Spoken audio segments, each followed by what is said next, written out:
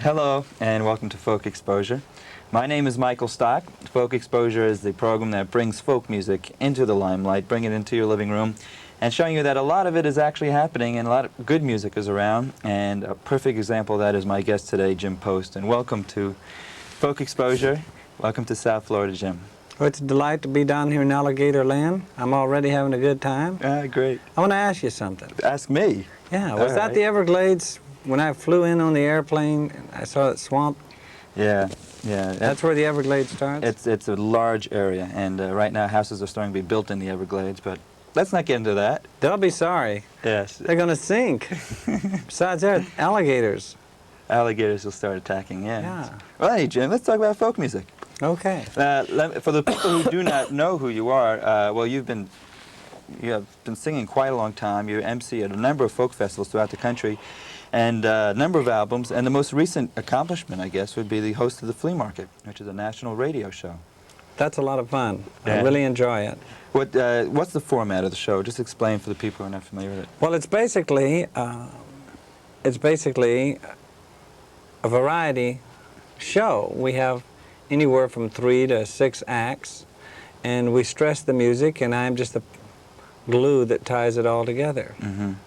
And the Flea Market, for our listening audience, it's aired locally every Saturday at 12 noon on public radio, WLRN 91.3. And Jim is the host, as I was saying. You've been doing that for how long now? Since October of last year is when I took over. The show had actually been on for a couple of years, and it was just sort of like not going anywhere because they had hosts that were on every other day, every other Sunday, rather. We do the show live out of Chicago every Sunday from 5 to 7. And like you tape it. Excuse me. Don't mean to yawn in your face, but those things happen, you know. And they tape the show. A lot of people tape it. A lot of people take it live. About 37 to 40 stations take it live. While we're doing it, we do it in front of a live audience of 250 people, the Old Town School of Folk Music, 909 West Armitage, in case you're in Chicago. If you want to come to the show, please let us know. We haven't got a seating policy now, and people just show up and want to, at 4 o'clock to get in, and who gets in, gets in. And we've been having people come from both coasts coming to the show, and I can't wait. One of these Sundays, someone's going to be very angry because they've traveled that far and can't get in. It's an exciting show, and you add quite a bit to it through your singing as well. How long have you been playing guitar? Oh, I didn't start playing guitar until I was about 24 years old. Oh, really? That's a surprise. What, did you play another instrument before? No, I just sang. Oh, you just sang? I just love to sing. All right. I started singing as a child, and then around 12, 13 years old, I started singing in churches. And then I left church singing when I was about 21, did a Playboy tour. Oh, really? That was the first gig I did after church singing. In fact, one of the first places I played was down here in Florida, the Playboy. Is it still here? Well, it's here in another form. In that other town. What's the name of it? Miami. In Miami. Are we in Miami or Miami Beach? We're in Miami right now. We're in Miami. Oh, in Miami. It's hard to tell the difference. They look similar. Yeah, well, one has a beach and the other doesn't. Oh, Miami doesn't have a beach? Anyways, Jim, let's get to the music here. So you just were singing. I thought I was brought down here to point out the fact that Miami doesn't have a beach and Miami Beach has a beach. For our listening audience here, Jim is in town actually. He's from Chicago, Galena actually. And I'm from Galena, Illinois, which is a long ways from Chicago. Well, someone from Miami, it's both the same. I don't know. Well, that's what you think. Like in New York City, they talk about, you say New York City and that's that, but people think of New York City as New York City, and that ugly part of New Jersey right outside of New York is being New Jersey. Well, meanwhile, New Jersey is a beautiful state, and New York State is just an exquisite state. And Galena, Illinois is on the Mississippi River, big rolling hills. It's 1,100 feet up. I mean, like, you guys are flatlanders. We're actually in the mountains in comparison to you guys. We're 1,100 feet above you. Yeah. When the polar caps melt, we're going to be underwater. You're going to be underwater, and Galena is going to be beachfront. Well, unfortunately, Galena will probably be overpopulated when the ice caps melt. But let's get into folk music. We have fences. Your fences. Yes, if you haven't already gotten a membership in Galena, it's probably too late. Oh, I see. The member of the private folk community. Well, right? there's a lot of eccentrics in Galena, and we've been thinking for a long time that not only the polar cap is going to melt, but California is going to fall in the ocean. So when California falls in the ocean, that massive land mass will raise the ocean maybe 20 feet by itself. Mm-hmm. Do you have a song about that? No, I don't. But I have a song similar to that. Okay. Okay. See. If I can remember it, I haven't done it in a long time. It's so typical of me. Come in somewhere. My face looks like it's glared on. I look like I'm down here under a sun lamp. I'll need a sun lamp if it's going to quit raining. I'm going to be going back to Chicago. They're going to go, you didn't go to Florida. See, let's see if I can remember this song about California. Last night I dreamt I died and I went to heaven. I must admit I really was surprised. They led me through the pearly gates, right down the golden streets. Everybody was busy working their ass off, singing Amazing Grace. After 5,000 years I got tired of that singing. Religious music was ringing in my sleep. And it ain't no fun, you know, to own a ton of gold. For your neighbors have the same. Lord, I want to go back to California. I want to hang out with the weirdos on the street. I visit Tennessee twice a year, drink Colorado's Coker's beer. My old lady bakes pie that'll roll your socks down, stew that'll keep you coming around to visit me. Yeah, yeah, yeah.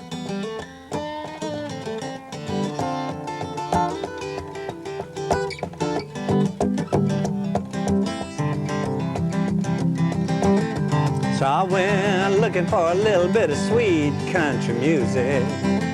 But every time I found what I thought was a country music bar, there'd be a 50-voice choir singing higher and higher and higher. All the ladies had 1950 hairdos. All the men had flat tops, love it or leave it tattoos. Billy Graham moved into the castle next door. Poor old Roberts already lived down the street. So I streak Billy twice a day. Oh, beg me to come in and pray. Put your hand on the radio, feel the spirit. God needs $1, Lord. I wanna go back to California. I wanna hang out with the weirdos on the street. I visit Tennessee twice a year, drink Colorado's Coker's beer. My old lady bakes pie that'll roll your socks down, stew that'll keep you coming around to visit me, yeah. Come on around, visit me.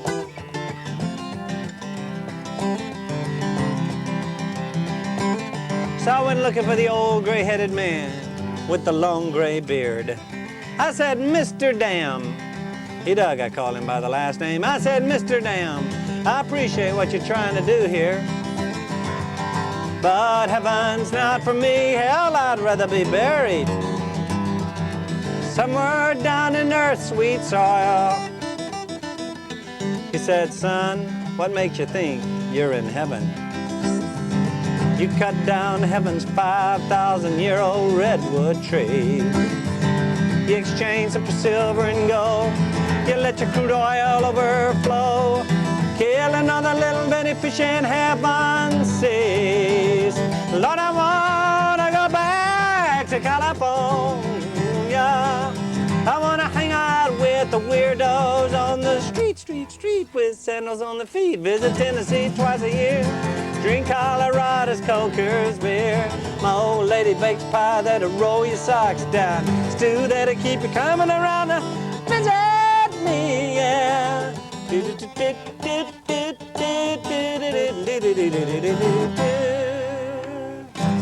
All right. That's a little bit about California. Sure. You wrote that while you were out in California. Of course. Yeah. You... I lived in California for 4 years. When was that? 70 to 74, I was working for a record company named Fantasy Records, which was a perfect name for the label. They turned out to be very successful with movies. Oh, really? They did that movie about Beethoven last year. Amadeus. Yes, and they did One Flew Over the Cuckoo's Nest. Mm-hmm. And Then they also had a record company, obviously. They did a record with you? I did 4 albums with them. Mm-hmm. But I enjoyed living in San Francisco. It's before the big rush. I mean, it was already pretty crowded, but it was 70, 74, so it was after the big hippie thing, and yet before the big rush, the big yuppie thing. From hippie to yuppie. It was in the lull. When you were in California in 70, 74, did you consider yourself a folk singer? Were you a folk performer then? Well, let's see. You A lot of my material was obviously that. I mean, you would have to... Like Colorado Exile was definitely a folk album. I'll get you a copy of that. Okay. It was definitely a folk album. To show you, like, the destiny is a very strange thing. Colorado Exile came out 6 months before Rocky Mountain High. It went on 200 stations, and they didn't know what to do with it. Any record of a new artist goes on 200 stations, commercial stations. That's incredible. That's It's wonderful. incredible. There's no reason why it shouldn't have been a hit, Yeah. except the lack of ability to know how to promote. Mm-hmm. And That's so, why it wasn't a hit. so that was Fantasy's fault. Fantasies, yeah. Yeah, But all- meanwhile, they were giving me the opportunity to live in San Francisco for 4 years, which was a very unique opportunity. I lived a block off the Golden Gate Park, probably the most amazing city park in the world. Uh-huh. And I just really enjoyed San Francisco. Got in a lot of trouble. I had a lot of good times. San Francisco is a lot of fun late at night on your 10-speed bikes when they were... San Francisco streets are huge. Uh-huh. Have you ever been there? No. Their individual streets are probably 6 lanes wide Really? in the neighborhoods. Very big. I think it was because in case of another fire, they didn't want it, you know. Actually, I'm telling you the truth, they're fire breaks. You go to the corner of a street in San Francisco, and in the middle of the street there are like cisterns. You don't know they're cisterns because you can tell because there's red brick that goes all the way around. But, the manholes, if you dropped a fire hose down in there would just be 50, 60 feet of water. Because when they had the great earthquake, it wasn't the earthquake that destroyed San Francisco. It was a fire. It was a shaft. fire. Only 2 buildings fell down at the earthquake. Oh. And they were both city buildings, city hall, interesting. municipal buildings. Yeah. Those wonderful city contractors, you know. Anyways, let's get back to music. Yeah. How many albums do you have? 12 12 albums? And how many different labels have you recorded over over the years. the years? See, my first big hit record was on Verve, which was MGM. Uh-huh. And then Let me let everybody know that that hit record, everyone knows it. I mean, I remember that. I don't recognize the tune of it. I mean, I don't recognize the title of it, but if you say that, what's this hit song that you had, that you wrote? it was called Reach Out in the Darkness. It was in 1968. And even though it was kind of like a lot of unusual circumstances with it. Was For that- one thing, there's no verses. It's all refrains and choruses. And can you just let us know what the Let's song see, is? it went kind of like this. I think it's so groovy now that people are finally getting together. And of course the word groovy dates the heck out of it. Uh-huh. You know, reach out in the darkness. I knew a man that I did not care for. It was a peace and love song, but it's all refrains and chorus. Uh-huh. And the bass was the main instrument on it.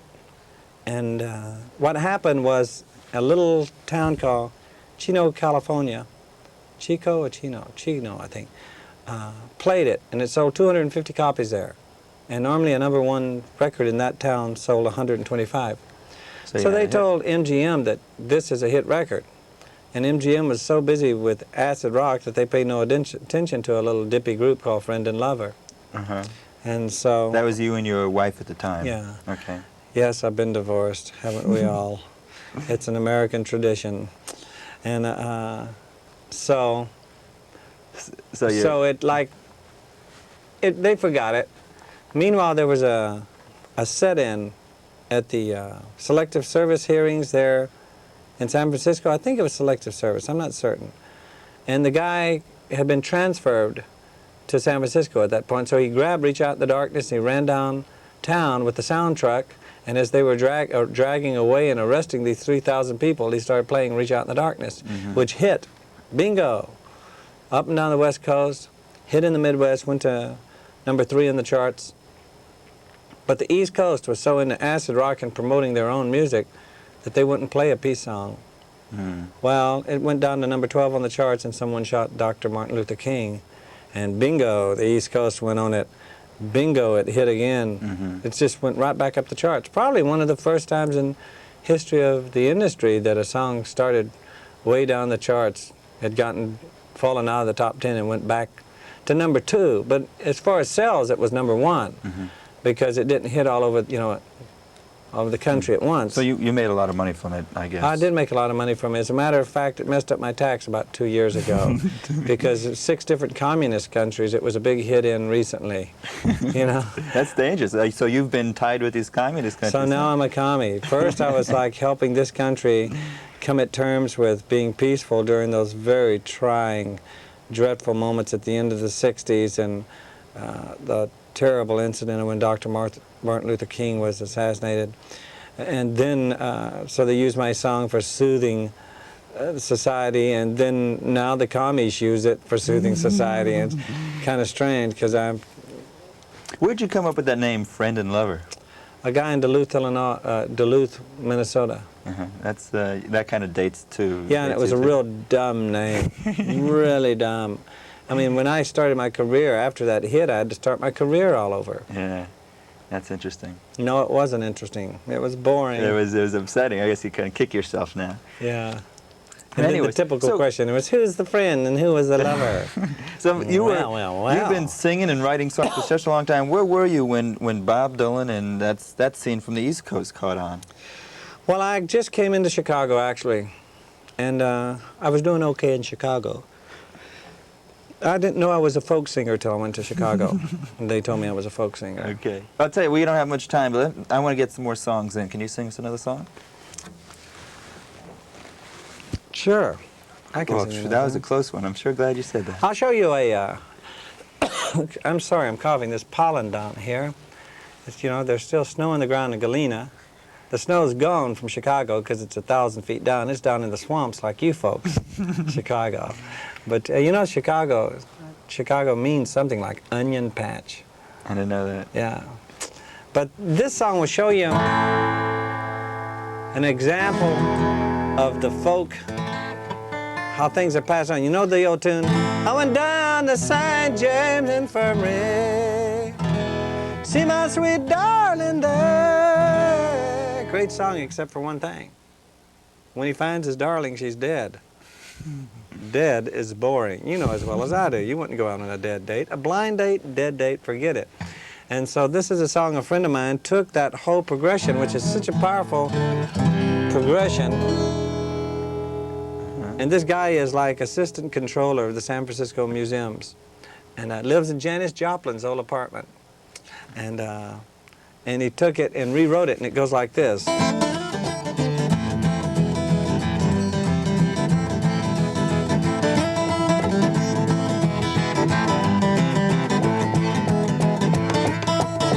I hate to waste a full moon hanging in the summer sky. I like to put my sunglasses on, look the full moon right in the eye. Don't you feel like dancing when the nights are warm like this? Don't you feel like taking chances when you're close enough to kiss? And we got time to settle down and paint our fences white. But tonight I want to paint the town. I want to stay up all night. I love to feel the fever when I see you walking by. Darling, you're as striking as lightning. You're bound to catch my eye.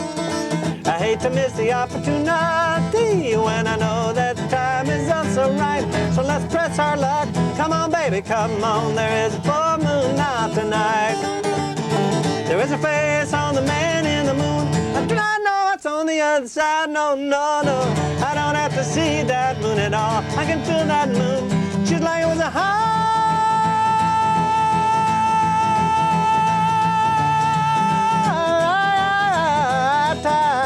I tell you, Michael, I can feel feel that moon like it was a high tide. Don't you feel like dancing when the nights are warm like this? Don't you feel like taking chances, babies? Or when you're close enough to kiss on a full moon night like this? Or when you're close enough to kiss? Don't you feel like jumping up out of your seat, tapping your feet to the dancing beat? Don't you feel like jumping up out of your seat, tapping your feet to the dancing beat? Don't you feel like jumping up out of your seat, tapping your feet to the dancing beat? I was just sitting here eating some potato chips when Jimmy David started playing on Michael's show, and I jumped up out of my seat, started to tap my feet to the dancing beat. Yes, I feel like dancing.